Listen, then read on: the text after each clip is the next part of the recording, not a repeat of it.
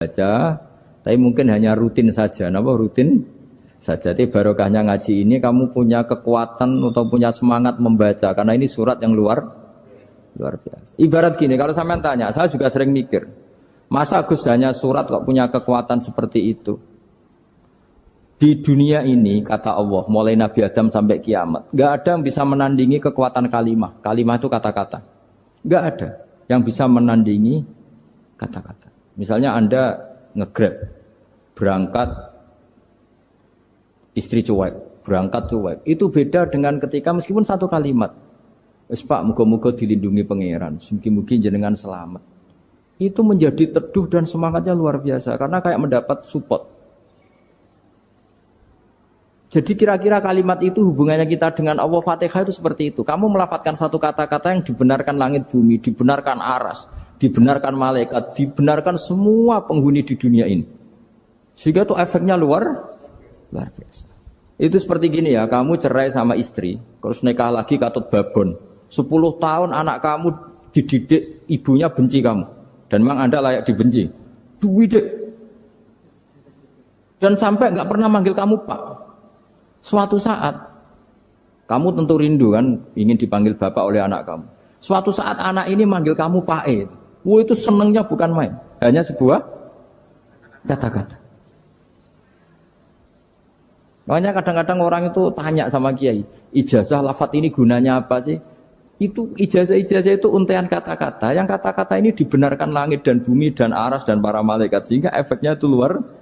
Nah ibarat seperti itulah, kamu melafadzkan Fatihah itu melafadzkan kata-kata yang dibenarkan Allah dan Rasul dan semua malaikat, semua penghuni langit. Maka ini efeknya pasti luar.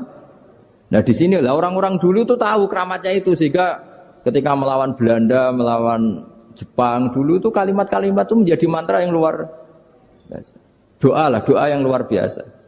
Tapi di era modern karena orang sudah tidak ngerti itu, dianggap itu mantra, jimat, khurafat, bid'ah, waduh ribet menemal. Sebetulnya tidak seperti itu. Memang kata-kata ini kekuatannya luar biasa. Sama kesakitan hati kamu juga karena itu. Ngojek wangilan. Lha Pak di bojo kok kowe gagah tok kere. Wah, iku seling terus mesti.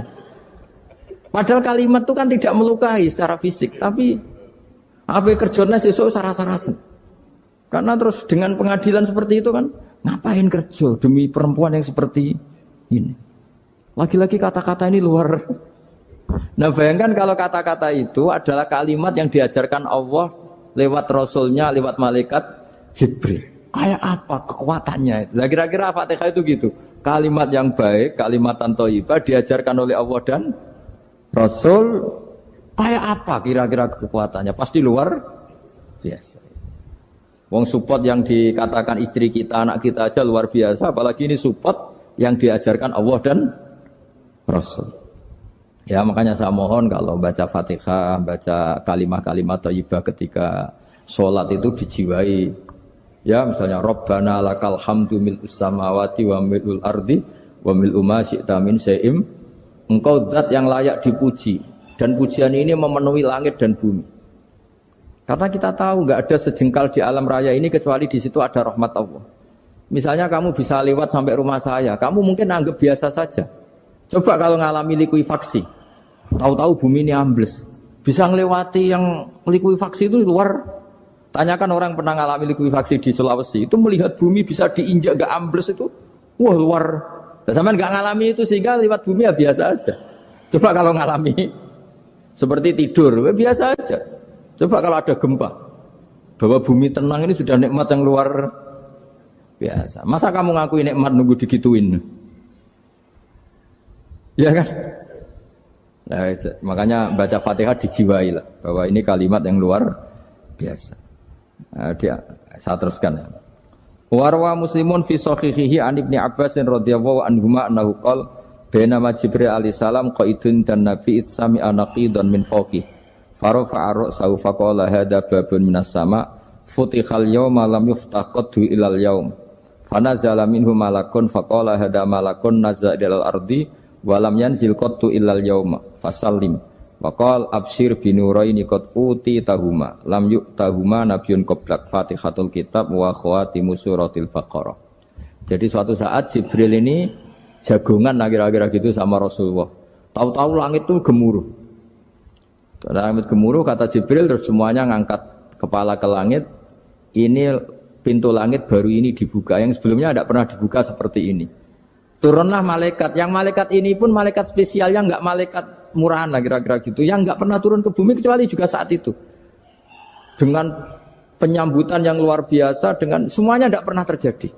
Hanya karena surat Fatihah. Jadi ini surat yang luar biasa, pengawalannya lewat malaikat yang spesial, gak pernah turun di bumi kecuali saat itu. Penyambutannya juga gak pernah seperti itu, baru seperti itu. Jadi semuanya itu spesial. Nah, kenapa ini spesial? Karena di situ ada isi puja-puji kepada Allah Subhanahu wa Ta'ala. Ada ikrar kita, alhamdulillah rabbil alamin, ar-rahmanir rahim. Ikrar ini penting. Kalau contoh paling gampang gitulah. Kamu punya istri selama ini cerewet terus. Suatu saat ngomong, Pak, tak angen-angen rawono wong lanang kayak sampeyan. Wah, itu langsung tidak ada lelaki sebaik engkau. Itu sampean senengnya, masya Allah. Karena ada ikrar dari seorang istri ke kamu.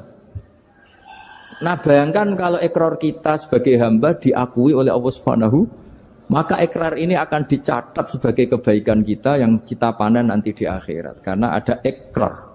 Kita ikrar bahwa alhamdulillah rabbil alamin, kita ikrar ar-rahmanir rahim, kita ikrar maliki yaumiddin, kita ikrar iyyaka na'budu wa iyyaka nasta'in. Sampean misalnya jadi orang Indonesia, ketemu orang Indonesia yang makmur di Jerman, terus lupa Indonesia.